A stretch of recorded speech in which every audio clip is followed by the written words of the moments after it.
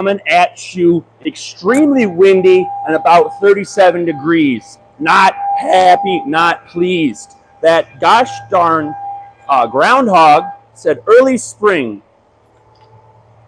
I don't know if you can see them trees moving, but they moving, brother. I don't like that. I don't like looking at my face that close. So let's see what we got. We're going to get into the office soon. Enough. But we got this beautiful Hellcat Durango. Look at the size of this throttle body, folks. This is a big 130 mil. Velocity stack on there. Kong 2650, of course, with all the goods. So Kong 2650, tiny little baby pulley, lower pulley, catch can, ID 1300s, booster pump. This one also has a inner chiller on it. No headers yet. At some point, headers and cam would set this sucker off. Also black valve covers would look dope. But besides that, she's on the dyno. No numbers from her yet. So after the live stream, we're going to be ripping her. Let me show you something kind of cool that this sucker does. Let me come over here and key on. Look at that. Ah! Little cat. Fellas, I got to apologize. I got to keep it a buck with you. I had a lot of caffeine today, so I'm really amped up. So I'm hoping I'm not going to crash on y'all. And I'm also hoping that I'm not going to be doing too much, which I tend to do. So TRX in for an IGLA. Hopefully this one should be done today. This one's got anti-carjacking on it, so even if someone runs up on them, they're still protected. That truck's not going away. So gotta love it. We do a lot to make our rides fast. It takes only a little bit to make them safe, and the answer to that is an IGLA. So we got the Greek freak in the house. What's up, Chris? What's on? You got anything to say for the fans out there? For the ladies, maybe? For the ladies? No, not for the ladies. Nothing for the ladies. He's all about business, this man. All about business. So this is that 87 Monaco. 87, 74. Sorry, 74. I don't know what's going on in my head. Wrong 74. Decade. Chris, you're in the wrong decade. I remember 1974. I know. You were like 30 then. Something like that. We got to feature Chris more. Don't get too close. We got to feature Chris more. So if you guys didn't know, Chris, he does a lot of fabrication, welding, stuff like that. He makes fun stuff for us. Pretty good at it. Also, world record holder at one point in time for the Toyota Passau. This man helped build. Did you build it or drive it? Helped build it, and then I ended up driving it. He built it and drove the fastest Toyota Passau. It was Bob's car, just so people know. Bob's car, and it was the fastest. That's not a rotary. It was in Puerto Rico. Yeah. What'd you run in that thing? Not that anyone cares. It was like 120 mile an hour. 120 miles an hour in a Toyota Passau. Stock ECU. Gotta love it. Chris plays around with a bunch of stuff. So this one, if you haven't noticed, it has a freaking Hellcat motor in it, folks. What the heck? I'm gonna start cussing because this thing's crazy. Also, my hands are super shaky. I'm so sorry, guys. But so Hellcat HP 90. I'm walking on my knees because this car is so low. Just to give you an example, there's my head. I'm on my knees because I'm tall and Chris is not. Let's get a height comparison so the folks know what we're working with. Yeah, I'm not made for tall lifts, so. Perfect. Yeah. See what else we got going on in town. Got ourselves a beautiful 300C 2023. This is the 6.4. So let me see if I can get up in there so you guys can see. There she is. So this one is getting our beloved level 3. So he already had long tubes. All right then, long tubes in it. Already had long tubes on her. So we're gonna put on one of our custom cams. I believe, I'm sorry about the accent, folks. This one is getting our, I want to say this one's getting our Lucifer Max Effort NA cam. So this one should be a hot mama jamma. Of course, stocky, he added some mufflers, but that is about that. Let's see what else is in the house, folks. Also, if you guys didn't know, we're hiring salespeople, customer service people, techs, You can work with me. You could even work with Dan the Man. They call him Dr. Dan, Dr. DP, Dr. Pepper. I'm not feeling good, guys. He's not feeling good. Why aren't you feeling good, Dan? Not enough horsepower? I might have eaten something I shouldn't have. Yeah, he was feasting on Loctite earlier. Maybe that. Yeah. She gonna call me Baby Boo. So he's just assembling this motor. Beautiful, beautiful, beautiful HHP built. It's got everything. Billet mains, ARP main studs, Big Mac Daddy Ross pistons. I want to say this one's got Carrillo rods. It is as Gucci as you can get without going billet block. So this one is going to be a ripper. If you guys can't tell, oh, orientation's locked, whatever. BGE. So, of course, the old big gas engine. Gotta freaking love it. So that's that. Let's go take a peek at what Matt's doing. I don't want to show him too much. Someone's gonna show his hands. What are you doing? Little paint correction? I'm not showing you. They don't see your face, they just see your hand. So, came in from the dealer, naturally a few scuffs and whatnot during transport. So Matt's ripping the old orbital, rotary, whatever that's called. He knows better than I don't detail. And, woo! That is glossy black. Speaking of, if you guys already have your car here, looking to get a detail, whether it's an engine bay, whether it's an exterior, whether it's an interior, we don't do tint, but we can make it happen. If you're already having work here, I will throw you a discount. Shoot me a message. I'm going to get you set up with a nice little washy wash. Pick up your ride nice and clean. So, of course, we got all the stuff on deck for it. But I just love this thing. So, all right, I think that's about it. I kind of want to go bother AO, but he was giving me a bad eye earlier. Can I come bother you? Can I come bother you?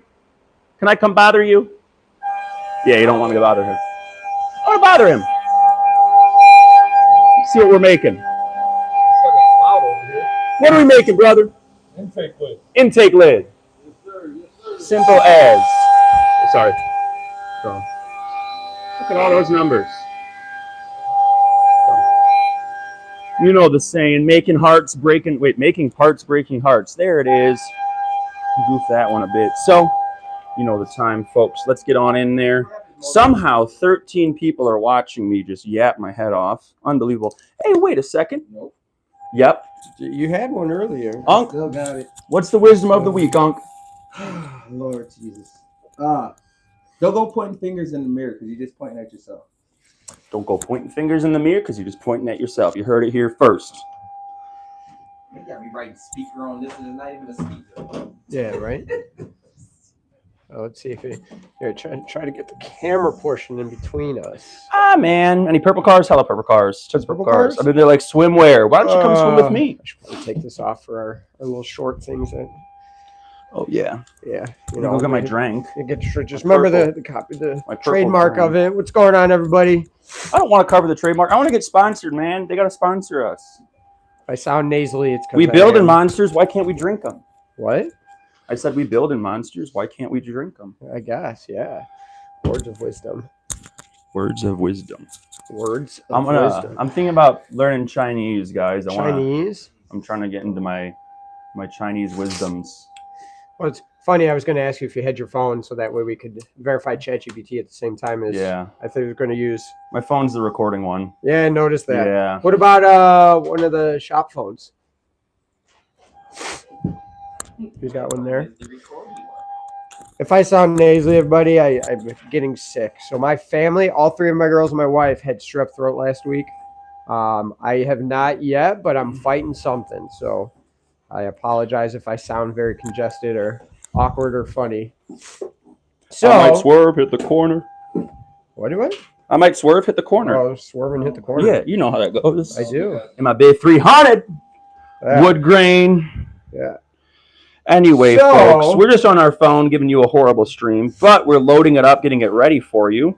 So don't even worry Yeah. about it. Don't question it. Don't think about it. Yeah. So Just like you questioning and thinking about circle, we're okay.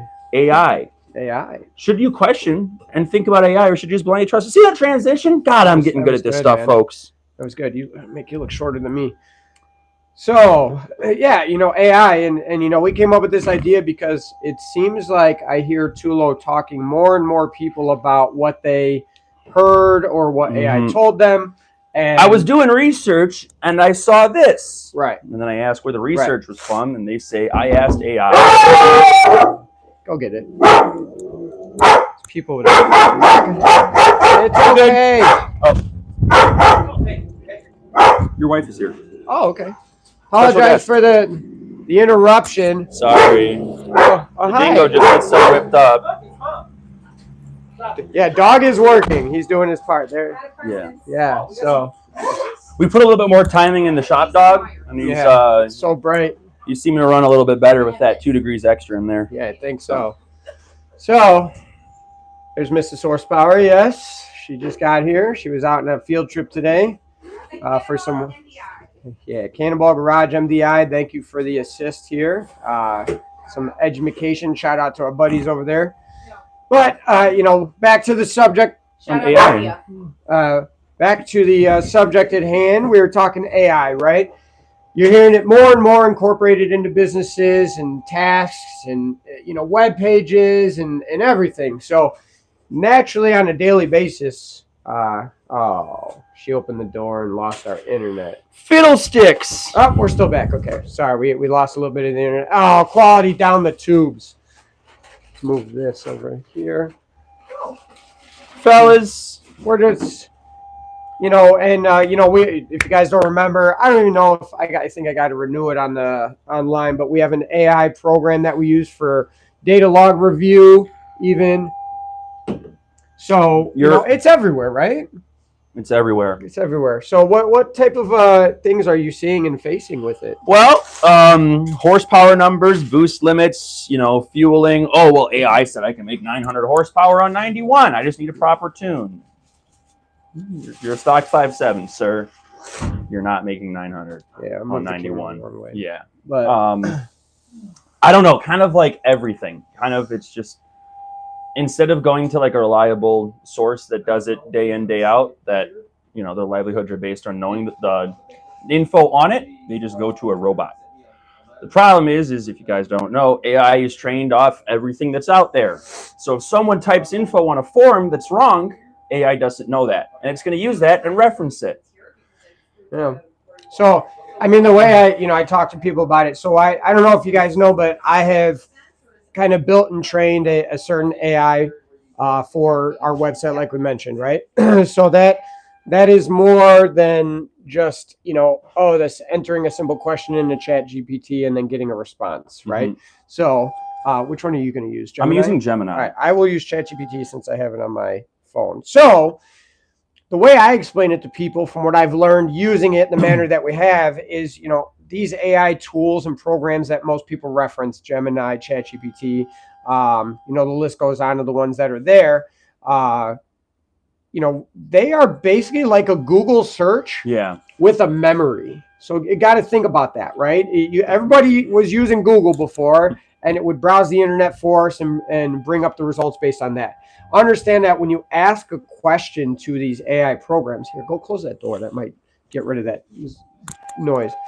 So when you ask, oh my God, both of them are open. What the heck? There we go. Folks, falling apart. So that I'm sick. So trying to run it there we go. All the way. Just latch it. There we go. All right, that should be better.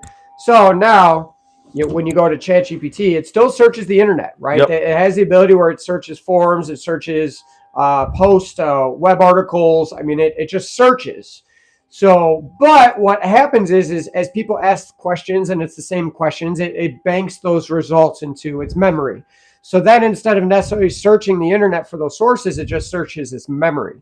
So we have to understand that a lot of the information that is being acquired over that is something, it's not a human where it's coming up with it and has experience other than what it's fed.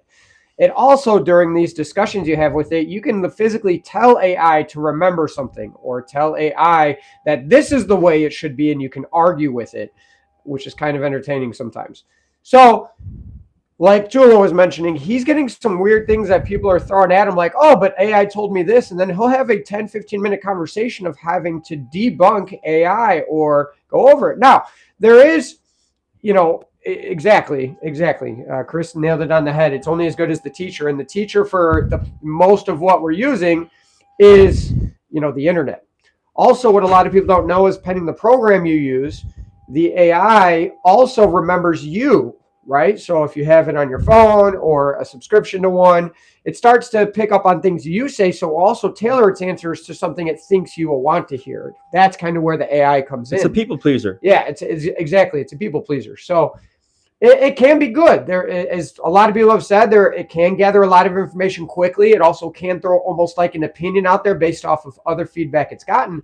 But you do have to be careful. So one of the ones that we heard is we quoted somebody for a 426 engine, and they basically came back to us and said, oh, AI told them it was good for 3,000 horsepower. 15 to 3,000. Yeah, 1,500 to 3,000. It's a stock block.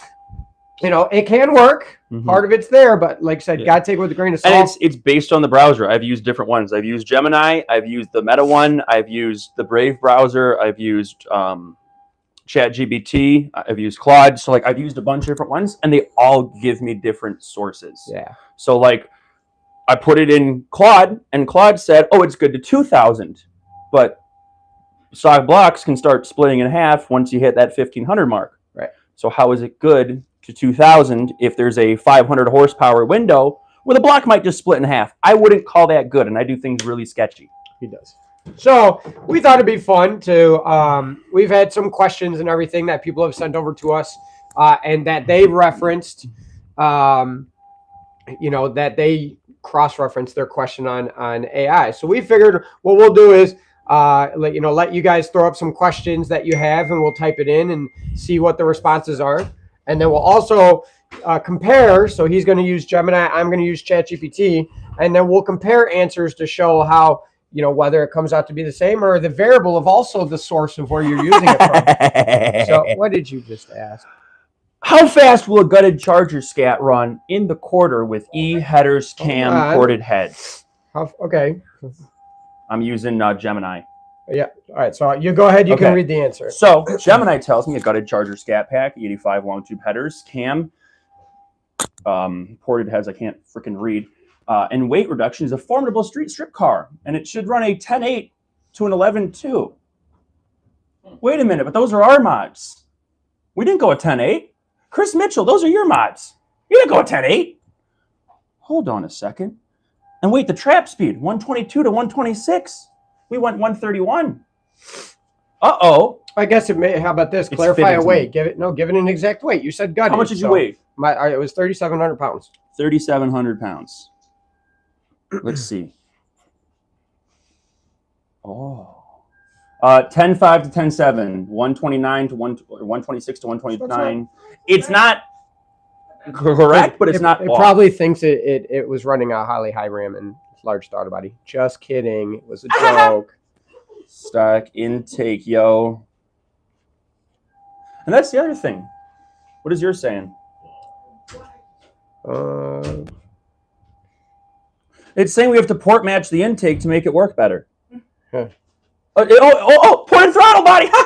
Sorry, I'm really excited. Calm down. It says ported throttle body, but the throttle blade's not bigger. So that was Gemini's response. Yeah. So my response on the same question was that it should run a 10.8 to an 11.4 at 123 to 128 miles an hour. So it's stating that a base 6.4 Hemi cam package that we stated will be 80 to 100 wheel horsepower over baseline, resulting in 500 to 530 wheel horsepower. So it's not bad. It's not bad at all. It does state traction is everything. It states, on a street tire, it'll be low 11s. On a drag radial, maybe high 10s. But as an example, at 3,700 pound race weight, it says that to expect a 10.7 to an 11.0. So again, it's one of those that it's not far off. And the reality of it is that honestly, until we did what we did, that's what was being done. So just sorry, dog is working. So just like we kind of discussed, it's referencing the internet. So it shows you, a lot of people don't know, I can't, it's going to be hard to see. I don't know if it's going to pop up on there, but right next to my finger, so I'll see in a second if it's there, it shows you where it's getting its resources from. And a lot of people skip over that in regards to how it cites it. Okay. So there you go. So I don't know who it is, but SVO4. I'm talking. My bad. You're just like my kids. You're working on it. Yeah. See, it's blurry. We just saw on the screen it's blurry, but it does show the sources of where it got it from. So it lists like forums and websites and things like that. So this is where, then people on the internet were arguing with us that there was more done because they referenced AI and it said that, our charger shouldn't go 1030s with the mods we had. It needed nitrous or more. It says we need if we want to go at 1030, we need a high RAM, we need a 4,000 stall, and we have to shift at 7,200. Yeah. So none of those things we had. None of those we had. Stock intake, stock throttle body, shifting at 6,600. You know what I mean? So again, question number one for those that might have joined in late or whatnot is, what would a gutted Charger giving it the race weight of 3,700 pounds run with a heads cam package on the 85? It was about a half second off, and then it's telling us what the internet usually argues with us, that it needs a high RAM, larger throttle body, that is port matched, and so on. Because that's what everything on the internet says, and so that's it's what close. it's referencing. It's close, but not quite there. So what are you doing now? Running the same boost, how much more horsepower will a Hellcat make by going turbo only? Okay, so if a Hellcat... And it also depends on the phrasing of the question, because I'm phrasing this different than he's phrasing it, which totally affects the outcome. We both used ChatGPT earlier, the same question, just phrased differently, and we got different answers. I got that 2,000 horse, he got 1,600. Same question, same AI tool, different results. So again, how you ask a question is important. Turbo only. All right, so and he's right. The prompts are very, very important. I've seen that working with it, so it's very interesting. It's right. On what you can find. And again, we're not trying to say that AI is not good to use. We're just trying to prove a point of simply how you word your question could result in a different answer, and how it may be accurate, it may not. So it's a source like Google. Just like when you go to a forum, you take it with a grain of salt, you put that in your back of your head, and then you compare that to other things you see, and you're told from your engine builder, tuner, shop, whatever. I mean, this is a bad example for you guys, but you can go on any Honda forum from 2006, and there'll be 6 different conflicting idea trains on how to make 200 horsepower reliably on a D series. And again, bad example for Hemi guys, but it just goes to show AI is referencing those forums with 6 conflicting answers. Yeah. So, all right. So what did yours say? So mine said, running the exact same boost pressure, let's say 15 PSI, a turbo Hellcat will make 100 to 150 more wheel horsepower than the supercharged variant. Parasitic loss, the blower tax, they call it. Intake air temps. And then it says people don't do it because of the whine. So it literally... It does. Yeah. Yeah. So... it's spot on, right? But here's where it gets crazy. If you take a Hellcat making 15 PSI on a 275 pulley, wait, but what? I see what you're saying. What does a 2.4 blower Hellcat make boost wise with a 2.7? 2.7. Yeah. Pulley. Yeah. Obviously, that's going to be 16, 17 pounds. Wait, but this says it makes 15. Uh-oh. Inconsistency. Yep. So again, in there you're getting good information, accurate information, but there's also other information that's spread that's not. And it says it's because of the heavy belt. You aren't using the engine to turn a heavy belt anymore. There you go. Belt's super heavy. Yeah, that. Watch out! Hey, that up? Dude, wait, we fumbled the bag, man. Yeah. The Charger NA car, we should have taken that belt off. You're not wrong. We would have picked up 120 horsepower by AI's recommendation. And we should have also drained the coolant out and the oil. Yeah. I mean, why? It's not? It's a quarter-mile pass. That oil is resistance. You know what I mean? But so mine, I asked the same question in a different manner. Just basically, if a Hellcat removes the supercharger and switches to turbos, runs the same exact boost level, what type of power difference will you see? It said a general rule of thumb is turbo at same boost will often net 80 to 150 wheel horsepower more. So again, right in that realm, right in that range. So pretty accurate. Mine goes down very much the same about, a turbo is more efficient, losing the less power to drive because there's no belt or supercharger, lower air charge temps. It does bring up, ours, the ChatGPT I'm using is a paid one, so it knows our packages. So it's like if a blower combo makes roughly 800 wheel horsepower at 15 pounds of boost, which is what our level 1 can do. The same at turbo would be, 880 to 950, and that's accurate. We've done it, and it knows it because of that. So, yeah, it's one of those. And then it continues to ask, like, oh, do you want me to estimate how much power to expect with turbos at a given boost level? And it can dive in more. So pretty fun there. Let's go with the shop card. Okay, wait, that's a good. I'll do that one. Oh, I got another good one after this. It says it can. TRX can do that. It's just the speed limiter. That's all that stops it. Liar. No, you're going to word it incorrectly. Because it about can. That's a speed limiter. Well, Is the only reason why you can go over it. So that's not a proper question. If you're interpreting it wrong into... Right. It doesn't say anything about fueling. All right, so I'm asking my ChatGPT now if you want to do the same thing. Our personal Charger 292 that was gutted, weighing 3,700 pounds, ran a 1035 at 131.9 miles per hour with a 142 60 foot. Simple mods. Cam. Ported heads, headers, E85, ATI. What would this car run with 13-to-1 compression? I'm not typing all that stuff. My fingers don't work. I got arthritis. Well, I am making sure it's right because you don't talk well. If we He put me on the phone, folks. To raise compression from 10.9 to 1 to 13. I'm agreeing with AI. To 1. I got my answer, folks. That text to speech. 1. Go ahead, tell them while I type mine. All right. Well, mine says it should pick up an extra 40 horsepower, moving from 11 to 1 to 13 to 1 is a 2-point jump. On a 392 making roughly 530 wheel, you're looking at a gain of 35 to 45 horsepower. With that 40-ish horsepower and the massive increase in snap cylinder pressure, here's what you likely land. Quarter mile, 995 to 1010. Trap speed, 133 to 135. 60 foot, 136 to 139.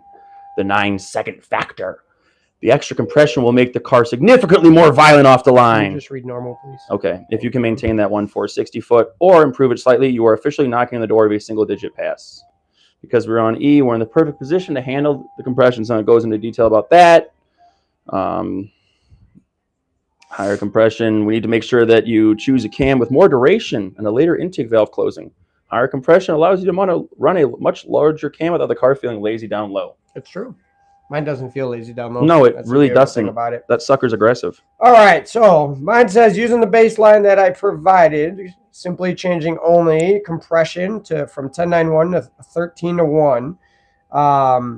It is guessing that it will only run a 1021. So yours says 1021.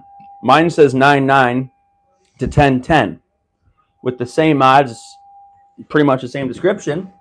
So which one do we trust? Yeah. Now, this is where it gets kind of interesting. So it says your current trap also checks out as a strong combo. It's guessing that based on my trap speed that we are at about 663 horsepower at the crank. This thinks I'm at 500. So that makes about, well, that might say crank. Yeah. It does say with some practice and full optimization, it thinks maybe a 10.0 at 10.10 may be possible. So again, within this answer it gave a range of literally 0.3 of a second. But mine didn't say I'll run 9, so I've got to go out and prove AI wrong. Don has a 420, right? I believe. No. What? Our boy Don, he has a 420 cubic inch. Yeah, big boy motor now. Can a built 420 handle a 300 shot? I know the answer to that one, but okay. Can a built Gen 3 Hemi that is 420 cubic inch in displacement handle a 300 shot of NAS? I did not. So that's how he said it. I said, can a built 420 cubic inch Gen 3 handle a 300 shot? Let's see what it says. He says, yes, sir. We're about to find out. Amen, brother. Did you change the algorithm to answer boldly? Yes. How do I do that on Gemini? No. I want it to answer like a dumb poo-poo head. It's more than capable of handling a 300 shot. But here's the problem. It now thinks that somehow I'm talking about the 300 shot for that NA 392. Yeah. Oh, yours because you're in the same Yeah. So now it's talking about something completely different. I didn't ask about, referencing old questions. And if I wasn't aware of that, super tired, drunk, whatever it may be, I might look at that and be like, oh, okay. But it's confused because it still thinks I'm talking about a stock 392 when I literally just told it a 420 cubic inch. I literally told it what I'm asking about, and it's going back to reference something else that I didn't ask about. That's a problem. So, that we'll dive into, like, you're getting kind of way off on this. I know. Some basic stuff. The answer on mine is it's built for. Yeah, And then that's it goes kinda what into I stuff that it needs to be built for. So, kind of oddball ones there. So, okay, let me see. Let's do a basic one. How much horsepower will a Gen 3 Eagle 5.7 pick up with long tube headers? How much horsepower? Are we specifying transmission? No. Eagle 5.7. And a tune. No. Oh. No. Just think about people on the internet. That's They're true. like, how much will my That's 5.7 true. gain from headers? That's true. All right. How much pickup? Ooh. Eagle 5.7. Guys, I didn't write that right. Of course Anyway. you didn't. Power gains. It says shorty headers is 10 to 15 wheel horsepower. Did you type long tube headers? Long tube headers, 25 to 35 horsepower. Shorty headers, they offer a modest bump in power and are excellent for fixing the common hemi-tick. They are? That's news to me. Oh, long tube headers. These are the real heavy hitters. They replace the entire exhaust manifold and often the mid-pipes catalytic converters. While they offer the most power, they require a custom tune to keep the engine safe and to prevent a check engine light.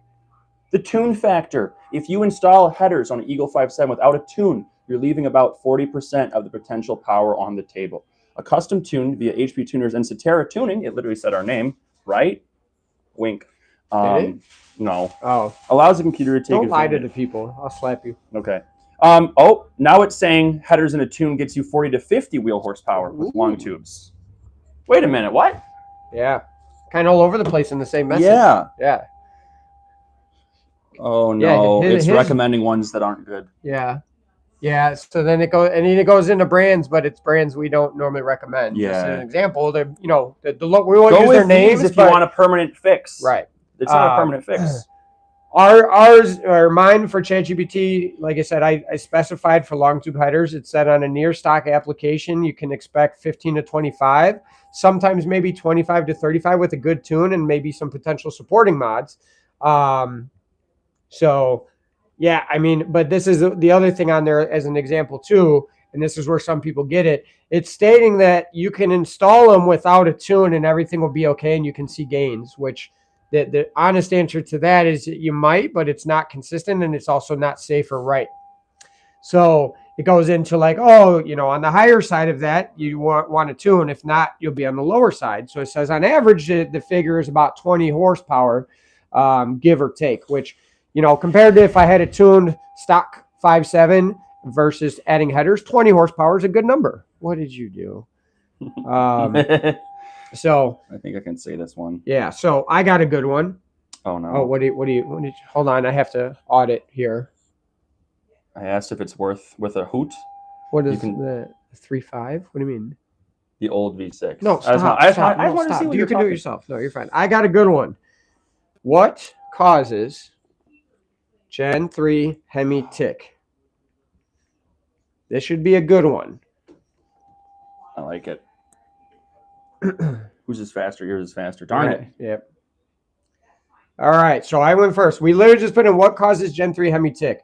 It starts off saying that it can come from several different things. Not all ticks are the same. Here are the most common, roughly the most common at least. The lifter camshaft wear, most common issue. It explains what happens, which we all know.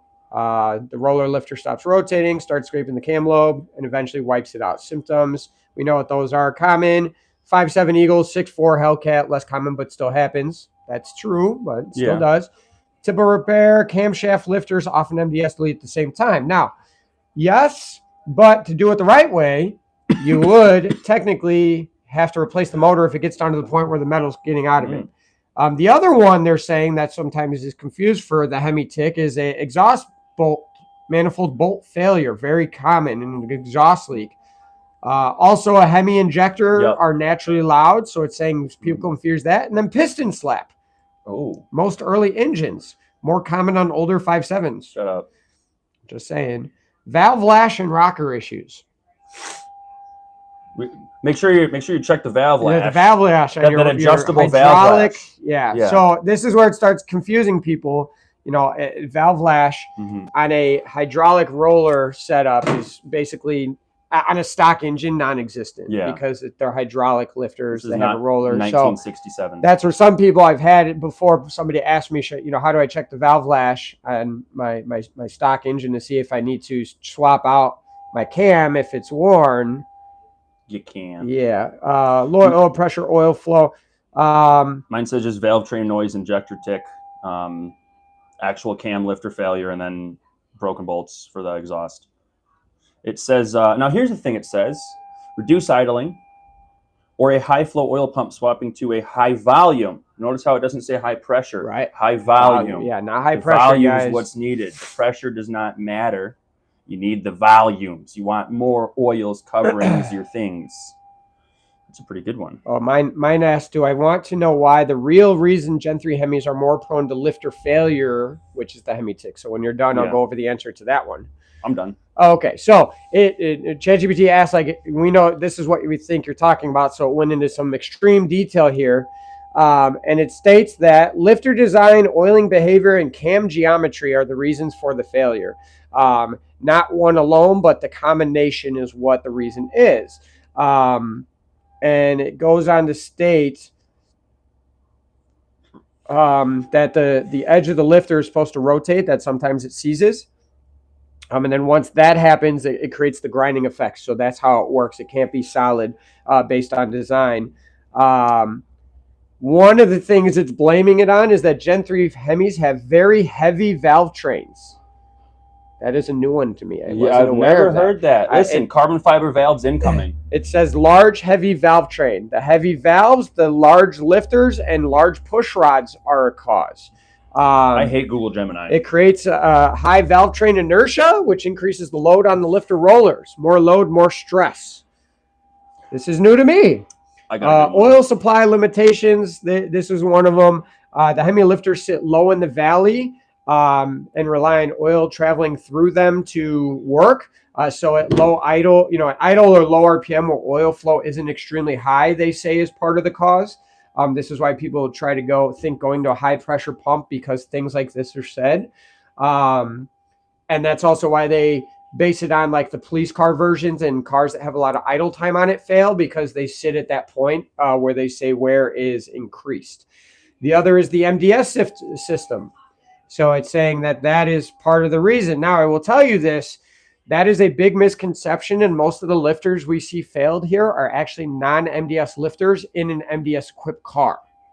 So I want you to think on that. I understand why people think that, but we shared a couple cam pictures from the past couple months, and both of those failures that ground the cam lobe down in almost a perfect circle were non-MDS lifters that failed. So it isn't necessarily the MDS setup. Also, they're saying that the cam profiles from the factory are too aggressive. What? Too aggressive. Really? Yeah. That's crazy. It's because the cam is so sharp and pointy, it just cuts the lifter apart or something. And then they talk about why aftermarket cams, their lifters live longer, and they start listing, and that's not the case because we actually see aftermarket lifters fail just as much. So Google Gemini is still referencing the NA Charger and the built 420. And I'm not asking about that. I literally asked it what a stock car could do, and then it's going back to that. So again, there's confusion, and it's referencing other stuff that I asked questions on previously, where if I'm not aware of that, I'm going to be getting bunk info. Right. So that's another thing about it. So we're going in the same chain. Do you want to do, can I rev a stock Hellcat to 7,000? Oh, hold on. So mine also said that it is also known that the 6.4 Hemi has more lifter failures than the 5.7 due to the high valve spring pressure and the more aggressive cam profile. Really? Yeah. Didn't know that. Yeah. Tell that to every single 5.7 owner that's experienced a lifter failure. Yeah. Also, where did they get that information? What percentage is it? You know what I mean? Dodge doesn't release that info. So are they just going on a forum where some guy said the 6.4s fail all the time because of my sharp cam? You know what I mean? Like, so what does it actually mean? I'm just trying to point that out. Yeah, and then this one says Hemi lifter failures are most common on 3, 5, or 7. There's no oiling reason behind it, but that's where the most common are. Well, just goes to show you, we got two totally different answers, and one went into more detail, and then his is basing it off of previous conversations. So what was the other question you wanted to ask? Oh my God, I really hate this AI. I've told it numerous times that I don't care about the old Charger, and it keeps referencing that 1030 Charger. I said, can you rev a stock Hellcat to 7,000 RPM? And it keeps referencing a car to try and compete with the 1030 Charger. I told it, I don't care about that car anymore, and it keeps bringing it back up. So it says the bottom end is good for it. However, the stock valve springs are the RPM governor. At 7,000, the inertia of the heavy valves can overcome the spring pressure. If a valve floats and stays open too long, it can strike a piston, which is a game over scenario. The IHI blower is spun by the crankshaft. You're also overspring the blower, which creates extreme heat into air temps. It can exceed safe bearing speeds of the supercharger. And you can also foam or aerate your oil, which reduces its ability to protect bearings. Oh, so pretty good. It says the bottom end does it, the top end doesn't. You can rev these suckers to 6,500 stock, and that's about where they go. Yeah. They don't make any peak power over 6,000. Yeah, there you go. Is that true? Is Hellcat peak power is 6,000? It doesn't make any over? No, it makes more. I mean, we rev ours to 6,500 all day. But peak power from the AI says 6,000. Interesting. Fascinating. And then it also, since you're already running a built 420, I've told it 3 times. I don't care about the other questions. It keeps referencing them. I'm going to change my AI. Yeah. So my answer, because I asked the exact same thing, it says a completely stock Hellcat should not be revved past 64 to 6,500 RPM. Pushing it to 7,000 is not recommended on a stock engine.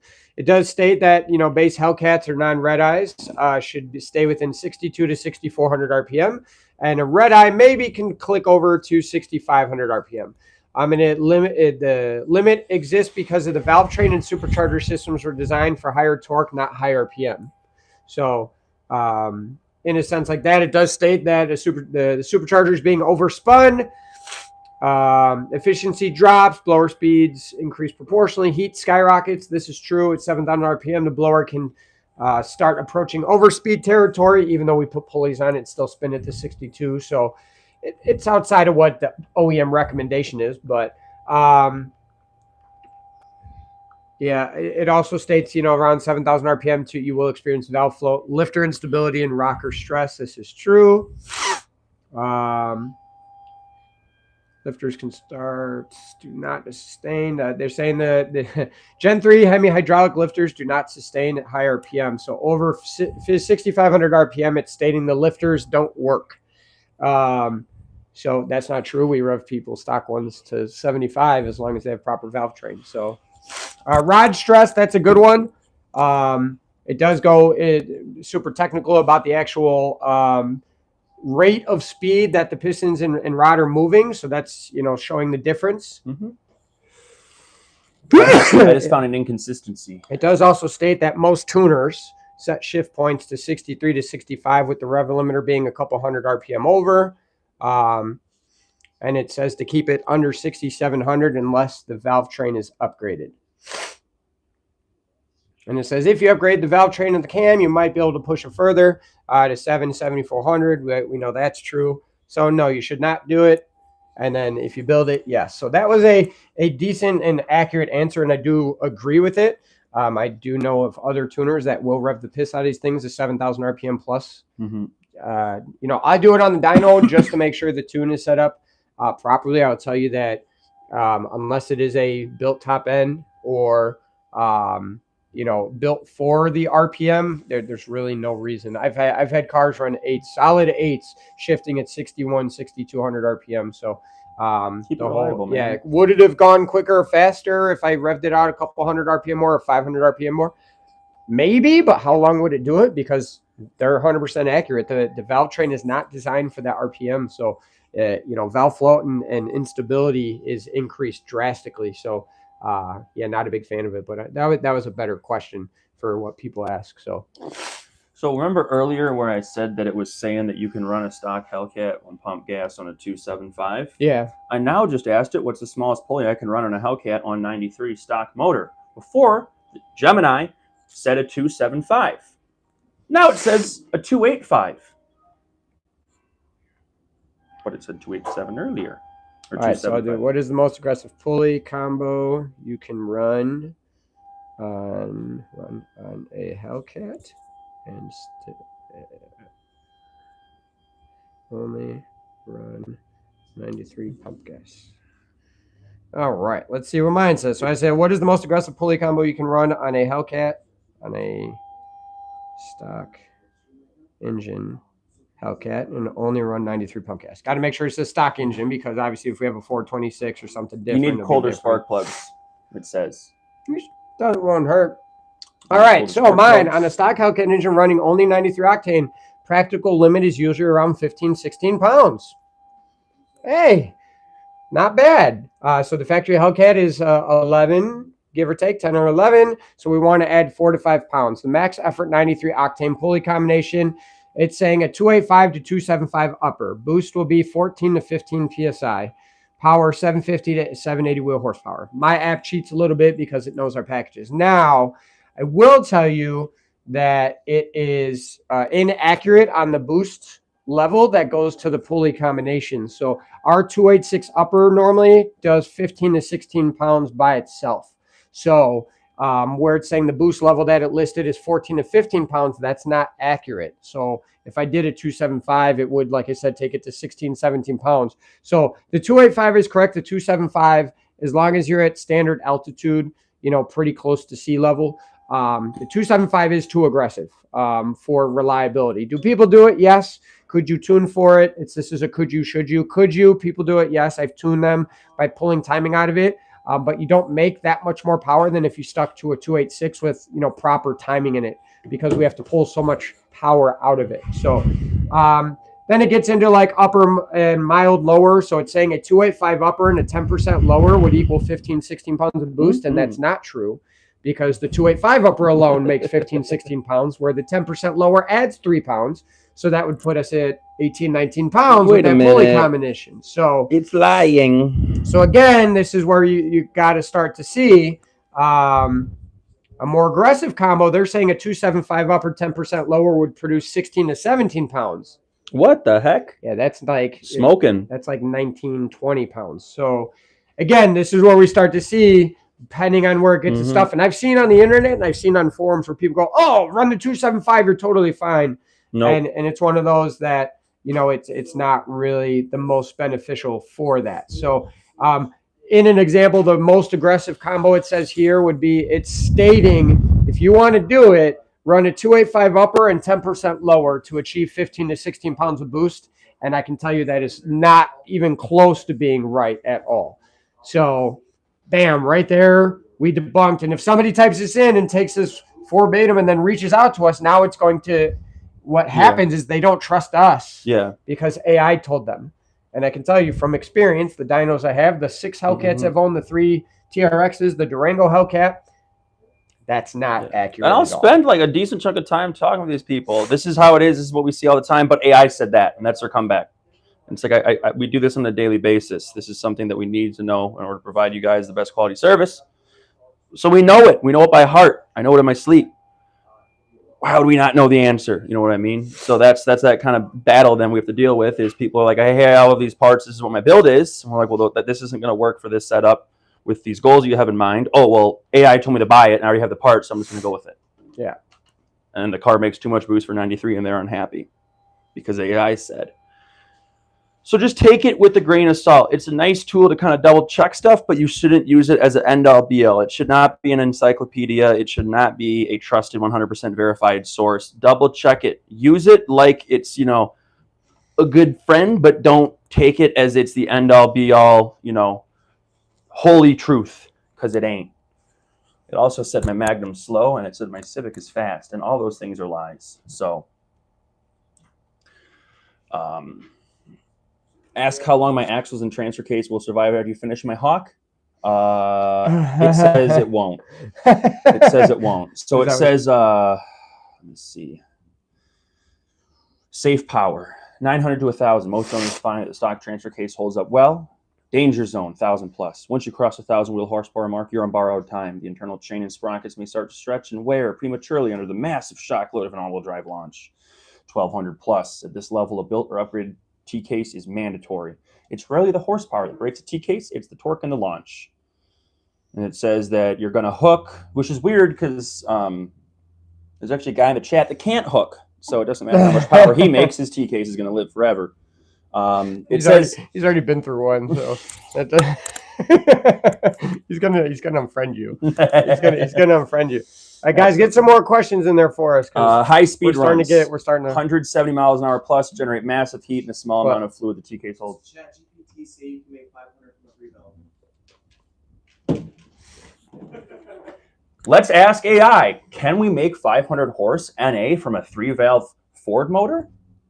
Make 500 horsepower out HP out of a 3-valve. Did you say NA in the question Yeah. when we did? But if anybody missed it, this is one of the shorts we have where people are blowing up our comments about Mike Post walked in and Chulo asked him, how do you make 500 horsepower NA out of a 3-valve? And he said you can't and walked out. So we're going to verify if his response was accurate with our 2 AI programs. Ready? It's a joke. I lie a lot. So that was called sarcasm for those that missed it. Sometimes we So giggle. let's see. Did yours come up with an answer? The answer is yes, but you're at the danger zone. The 3-valve is a great engine. What a cracker. Well, unlike the Hellcat or the newer 5.0 Coyote, it has weak connecting rods and weak everything else. Just kidding. It's sarcasm. Here's the reality of hitting that 500 mark. The magic number for a stock internal 3-valve is generally considered 450 to 475. Also, I want to point out something. Where did I say stock bottom end? I just said, can I make 500 horsepower out of a NA 3-valve? Didn't say stock bottom end. It's just assuming. Well, it's that's just good. assuming. But it says 450 to 475. The factory powdered metal connecting rods usually snap or bend once you cross the 500, especially if the tune isn't perfect or you experience a detonation. Now, for some reason, it's bringing up the 4.6. You can't get... You cannot get 500 horsepower all motor from a 4.6 without spending an insane amount of money. You need forced induction. That's the 3-valve. I know. Yeah. Well, you said now it's bringing up the 4.6. That's what you Yeah. asked it. Yeah. So mine. Oh, I also asked at 5.4, Yeah. but whatever. Oh, you didn't tell me that. My bad. So. Oh, thanks. You guys get a lot of dog content today. A lot of dog content. Today. Let's go get a live dog reaction. Hey, calm Don't down. do that. Hey, get down. Live. All right. dog Sorry about that. So reaction. my response, can you make 500 horsepower out of an NA 3-valve Mustang? It says, hey, it says yes at the crank, but not realistically at the wheels for a streetable NA 3-valve. So it goes down, breaking out the numbers, how it works, and this, that, and the other. 500 crank possible, 500 wheel, no. Just got to get the last word in, don't you? It says you would really have to build it, stroke it, raise compression, careful tuning, all that. It does state, that you can do it with boost, but it does also recommend at that point most people Coyote swap it because it's so much easier. Again, so They're talking about GT 500 or Hellcat blower swaps. yeah, so so according to this, it says no as well. I think the question was miscued too because a lot of people bring up how they're boosted 3-valves are doing it. It was an NA question. Yeah. So for clarity for this round where people come at us for it, it is going to be that. NA. Also, this isn't us saying it. This is the AI saying it. Again, if this is a clip, this is the whole thing about is AI right or is AI wrong? This is not us saying you can't do it. This is AI saying you can't do it. So if you're mad at us, don't get mad at us. Go to Google, go to ChatGPT, and cuss them out. I don't want to hear it. And here's a summary. You can hit 500 into 3-valves, but if you do it on the stock block, keep a blown engine fund ready. There you go. There you go. There you go. There you go. So Should we do one for the Magnum guys that always ask if we could tune them, the 5.9 Magnums? Why did you start laughing before you finished your sentence? Because I think about it. What do you want to ask about the 5.9 Magnum? Can I build my 5.9 Magnum into a Hellcat killer for less than a Hellcat? I don't really want to. I don't really want to ask that either. No. Listen, guys. I keeping understand the love of those motors, but the support isn't really there. And in all so let's get honesty, back to the but, question. yeah. Yeah, I don't know where that came Whatever. from. I don't know. Something's I'm just thinking about haunting old you a stuff. bit, man. I want a Dakota. Okay. I want a Dakota. What other questions? What's something stupid that we hear all the time? Why am I employed here? I can't say it. You can type it. No, I can't. Oh, wait. No. Oh, ooh, I know what you're thinking about. Yeah, I can't say it. On specs. It's okay. Yeah. I don't know if that's what you're thinking about. I don't know, but that's funny. Okay, guys, how do I make 1,000 crank horsepower from a 392 Wrangler? He's in here. He made more than 1,000. I know, but no. Let's keep it basic stuff. how do I get my Trackhawk to hook? That was like basic questions. You talk to everybody every day. What is a question you just were asked in the past week? Oh, how much horsepower can I get with the tune? There you go. Or no, how much horsepower does a 5.7 make on E? Oh, does a Eagle 5.7 Gen 3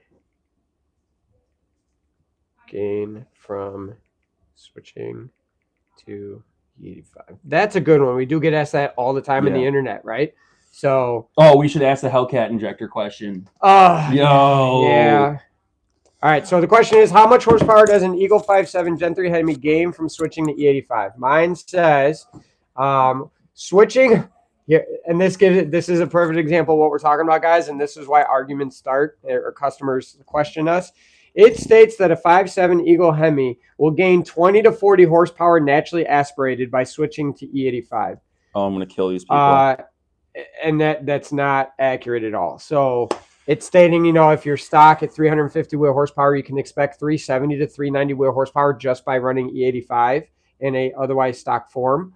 Mine says 12 to 15. So yours is getting there. But here's the good thing.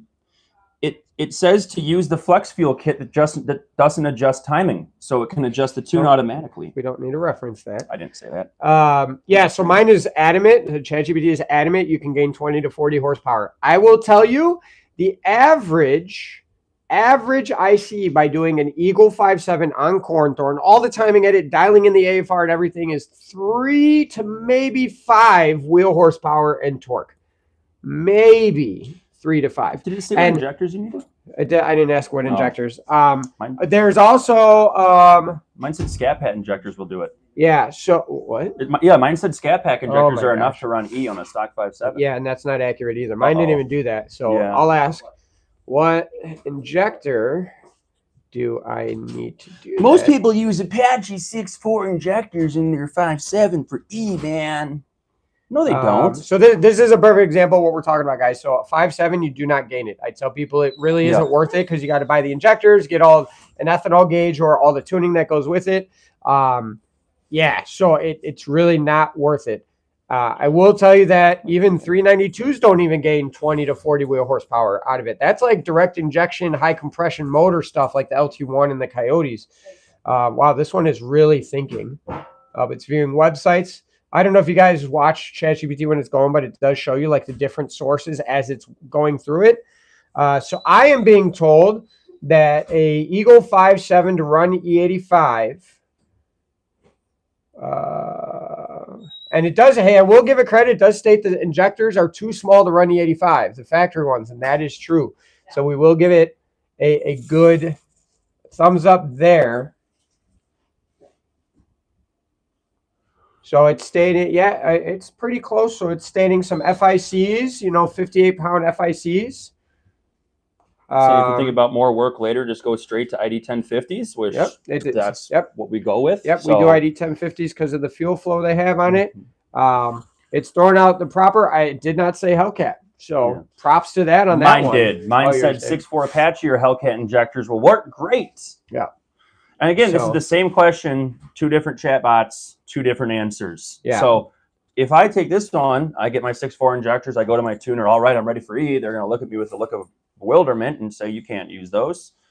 And I'm going to say, but my AI bot told me I could. I'm going to do, are Hellcat injectors a good option if boosting my 6.4 or 5.7? That is stock bottom end. All right, so that's the other one. A lot of people jump to Hellcat injectors when boosting Oh, no. their 5.7 392s. Oh, So I no. asked it if it's good. Oh, no. You go first. All right. Yes. It says Hellcat injectors can be a decent budget option for boosting your 5.764 stock bottom end. They are not the best long-term choice. So, so it does state that it technically flows enough for it. It says injector dynamic 1050s are the gold standard for Hemi tuning. I'll back Okay, that up. so I'll give it credit on that one. It does state, which is good here because people do counter this. It does state that if boosting and planning E85, the Hellcat injector is too small. Mine also says that. So we have that there. Yeah, so it's stating that it is. And again, from a flow standpoint, it is. Mine also says that 1050s are the top of the line and best choice for short and long term for growth. But what it doesn't talk about is the quality of the injector spray pattern. And this is one of those why, you know, when it I get it budget wise and the flow, the peak flow, yes, it meets that requirement. But if you reference an injector video where you put them in the tester, you'd see that the Hellcat injector spray pattern goes like that. Here's the injector tip. It goes like that because the Hellcat injector is installed in the Hellcat blower like this. So when it's installed like this and the pattern is like that, hey, guess what? It's spraying straight down. But now when you put it in a 6.4, it's like this. Here's your intake port. Here's your spray pattern. So sometimes little fuel droplets might have some accumulations. So all right, so next one, we got a good question. Does running E85 damage, I'm typing, your factory fuel system or components? Well, I try to have it read off of you. Oh, yeah. Does E85 damage your fuel system or components? So naturally, you're going to say. I don't like typing, guys. My thumbs are too big and the keyboard's too small. I'm going to throw in on a Gen 3 Hemi just so it knows what we're referencing because it went into a kind of a vague. So again, I've been using the same chat. All we're talking about so far is Gen 3 Hemis, and it didn't even reference the previous conversation. Where mine won't stop talking about our charger because I said it once. Yeah. So mine said that generally it does not damage the factory fuel system immediately, but there are few real limitations and long-term concerns depending on the engine and the ethanol used. So it states the fuel pump. Yep. And it just basically, it says it's not going to be damaged. It just says it can't keep up. Mine says E85 is less lubricating than gasoline, which can cause increased wear on the internal brushes of a stock fuel pump over time. His says it's fine. Mine says it will hurt it. Yeah. Same question. Literally the exact same question was answered. And his says it's good. Mine says it's bad. Who do we trust? Yeah. Yeah. I will say that that is accurate. It does have less lubricant because it's ethanol based. So that is one of the things to be Crush up conscious some of. pencil lead and throw it in your gas tank when you fill up. Oh, E85 is an incredibly strong solvent. If your Hemi has been running 93 octane for years, there's likely a layer of varnish or sediment at the bottom of the tank. The result is the first few tanks of E85 will scrub your entire fuel system clean. The risk is all that loosened gunk can travel downstream and clog your fuel injectors or your fuel filter. Those undercar fuel filters those Gen 3s are known for. Where are they? Yeah. This is the most common cause of E85 damage report. Isn't really the only filter on it just the pump sock? The pump socks, but the modern cars don't have watch out for that anymore. fuel filter clogging up. You never know. It does say don't let E85 sit in your Hemi for months while it's down for a standalone and a manual swap. And if left to sit, E85 can turn into a gel-like substance that can cause your injectors to stick open or closed. That is true. It says clean them if it sits for a while. 100% agree with that. Yeah. Yeah, mine literally just said the only issue you have to run into is that the components they have are too small. It's the supply. So it doesn't say it's going to damage anything. So again, mine says go for it, just upgrade everything. His is diving more technical, where it's literally stating there's no lubrication, which is correct. It also says E85 can cause more blow-by into the crankcase. Well, I guess if you want to get down into it because of the lack of lubrication, and then when it's in the system, the cylinder walls, Yeah, it you can can wash kinda it thin down it a little out, bit. It'll but- thin out any type So it of does oil say film. check your oil frequently, consider shortening your oil change intervals. So maybe if Yeah. they had a little bit more information where they got a little bit deeper Right. into it as to the why, Yeah. I could see that. But Yeah. this just says it creates blow-by. Right. So someone's going to be like, oh, my car is blow-by. Yeah. It's from running 85 when, Right. hey, it's the 200,000 mile stock bottom end you have. Yeah. So, Mark, to answer your question, if you use AI, it depends on which one you use, which will give you the answer. Yep. So mine, ChatGPT said it's fine. It's just you need to upgrade stuff to handle the capacity. Where Tulo's basically said it highlighted the areas of why there might be things of concern. Now it didn't really highlight like damaging anything. No, you notice how so you and I both says said it. it says most Gen 3 Hemi vehicles, 2003 to present, use ethanol-compatible synthetic rubber and plastics. You Okay, don't have just to summarize it. Yeah, we don't So- need a word for word, but yeah. It so says it's cool. yeah. So So, interesting. yeah. Interesting. So, but yeah, you guys get the point. I think we nailed it down pretty well. So unless anybody else has like are you okay? A general question or anything they need answered. Yeah. So Mark, yeah, it's pretty interesting. So like I said, it's a good tool. You just gotta kind of understand where the sources are coming from.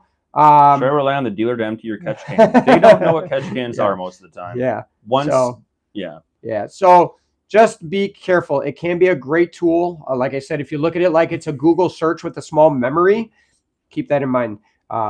Also, for guys that you haven't noticed, we have several openings here. So we are very busy, and we thank you for that. So I'm going to speak it out here and spread the word. Tulo needs some help on the sales side. We need a little more help on the front office for answering phones and logistics and things like that. And I need more technicians. Preferably 2 is what I'm looking for. So not only just 1, but I want 2 more.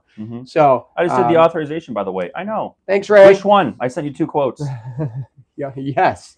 So spread the word. Yep. The We're hiring. information is on our site. We have a ton of positions open here.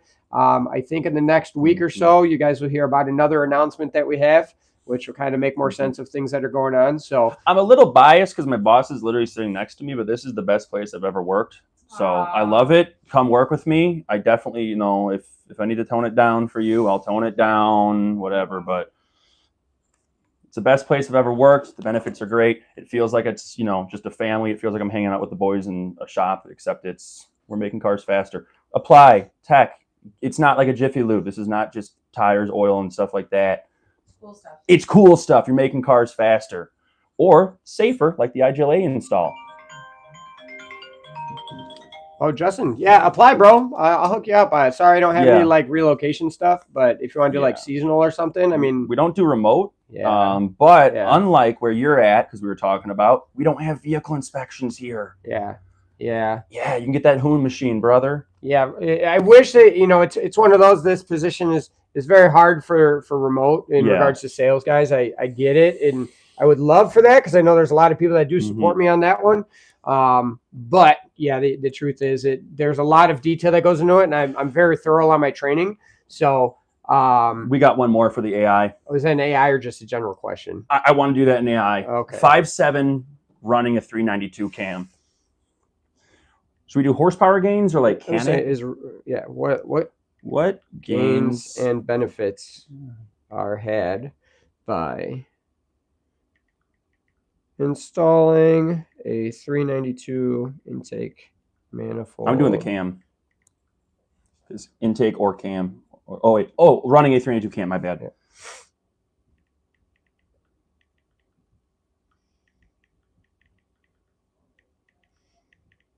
I know the answer to that one, and I'll dive into it after it. Mike, on yours, just burn it down, man. Just burn it down. Yeah, so I don't know. I don't know. Okay. I think I have over like 150 revisions on that Mike, damn truck. I have an idea for you. So what you're gonna do to make it way easier on yourself, brother, you're gonna get yourself a Fox body. And you're going to take the subframes out of your Hawk and go, and then make it all-wheel drive. And then it's going to weigh a lot less. It's a Fox body, so it's worth $2. So you can cut the floor pans out of it. That way you don't have to crawl underneath the car. to deal with your turbos. You just have a patch right there where you lift up a flap, and there are your turbos. All right, so I got my answers on there, and for the most part, it's not okay. So I just did a basic what gains and benefits are had by installing a 392 intake manifold on a 5.7. I understand you have a 392 cam. I'll explain there. It does state, 10 to 15 wheel horsepower with a tune on a otherwise stock 5.7, upwards of 25 Mine if you have a says cam. 20 to 25 over the stock 5.7. Oh, wow. With 15 to 20 pounds of torque. Yeah, wow, that's up there. Mm-hmm. Yeah, And it says 400 wheel. Yeah. No, but that's fine. But it says it. So my, pretty close, I would say on mine, but you can see right out of the gate, mine doesn't, mine requires you to get a cam to get to 25, where that's right where he's at out of the gate. It does break down the difference of the intakes, which is cool and fairly accurate. It is right that there might be a slight loss of torque under 2,500 RPM because the 5.7 intake manifold is basically a long runner. I get the confusion of it, but the runners are extremely long all the time. So it's more consistent, but you do gain mid and top end out of the 392 manifold, which is accurate. Mine's saying the manifold is doing everything. If you don't do the manifold, you're leaving 20 plus horsepower on the table. Yeah. So pretty much all your gains would come from the manifold in the tune. Mine does state it will benefit by a throttle body swap and long tube headers, performance cam, proper tuning. The throttle body is junk until you hit the limitation of it, but everything else is accurate. If you're not pulling vacuum at watt, you don't need it. Yeah, it says throttle body adapters needed if you're keeping your 5.7 throttle body over a 392 throttle body. Shorter injectors. Adapters. Did you know that, Tula? Yeah. You need that. Yeah. The end number, it says 400 to 430 wheel, naturally aspirated. That is accurate in the end scheme. So mine from the power gain is correct. Now, to dive in a little more on your specific build with the 392 cam. So I know and it probably is just going to be another short clip. The 392 cam is not optimal for a 5.7. People think that larger numbers across the board on the cam spec is beneficial when it isn't always the case. When you're, the compression differences, the head chamber differences, the valve size differences, understand that all of that is taken into consideration when the 392 cam was spec versus the 5.7. So do you get a gain in power? You do, but it's very minimal. And yes, it does carry the RPM higher. So that's where I guess the 392 manifold would complement it more. But I would say you would have much better results by getting a specific cam to the goals of what you're trying to achieve. We have cams that with a 392 intake manifold have made over 420, 430 wheel horsepower, specific for a 5.7. So I get it. If it's in there already, it will be beneficial either way because of the short runner valve. 5.7s don't have the ability to switch from long to short, and that's what that provides. And at higher RPM, you want a shorter runner, in which a 392 cam and just a cam in general needs more airflow up top. So what's crazy is I asked about what about just that cam on that 5.7. Yeah. It says 30 to 40 wheel horsepower. No. And it says if you do an automatic 392 cam, you have to use MDS lifters. If you want a choppier cam and to get rid of MDS, you have to use the manual cam. Oh. Huh. Wow. News to me. That's a new one. I didn't know that. That's a new one. Yeah. Yeah. That's fascinating.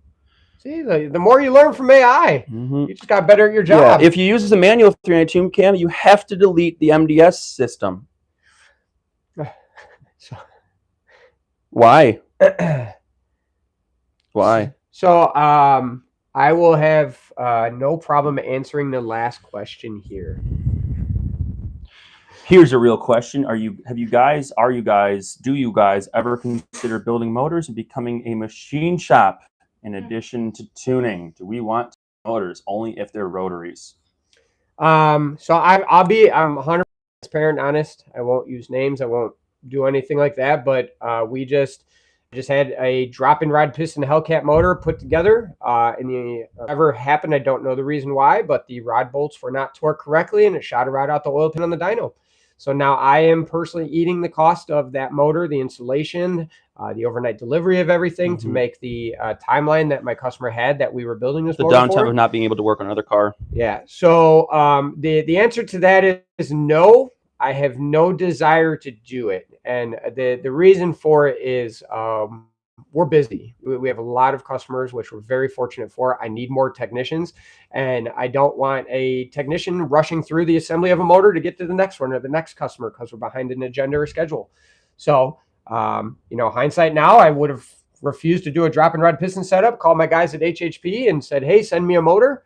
And, it like we didn't. That's what we did right there, because they have the ability to take their time, and that's all that they focus on. So, it's one of those things. Would I love to be able to do more and handle more in-house? Yes, but that's one of those things. I don't have the time myself to do that, I guess. And that's one of those. Nothing against other potential technicians out there, the other employees I have, but from a business owner standpoint, it's a lot to instill in trust into a technician, whether it was the torque wrench was off, they had a bad day, they forgot, or whatever the case may be. But I did verify once we figured out what the cause was and verified the other rod bolts that were in it, that they were not torqued accordingly. So yeah, it's a very high risk, low reward type of task to offer to our customers.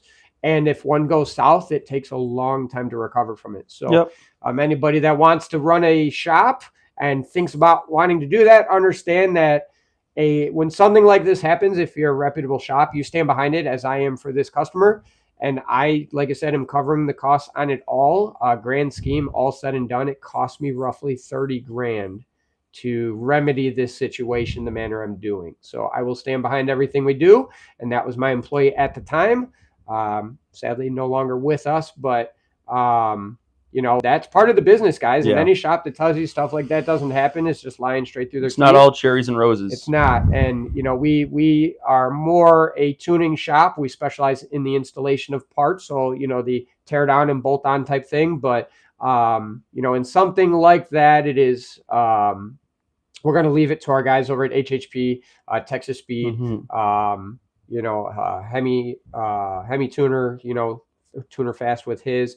We have our resources where we can get the engine force and let us focus on what, we are specializing in. So not worth it, man. And you think about it, when it comes down to the small margin that are on them, unless you're doing high quantity of it, it's one of those. We've been needing to sell like 20 a week. Yeah. To really make it like worth it. Yeah. So we're just going to continue to support our vendors in that journey. And I know the one that asked that question as well knows what it's also like sometimes dealing with those specific ones as well. It's a touchy There's thing. Pros and cons to everything. Yeah, you know what I mean. Pros and cons, but like I said, we have no shortage of work right now, so I don't need to add another thing to try and master or teach or expand on there. We're busy enough in that sense. So somebody asked where we're located. We are about 45 minutes northwest of Chicago in Illinois. With good traffic. Yeah, with good traffic. We are out in the boonies, far enough away where we're safe. We're surrounded by corn.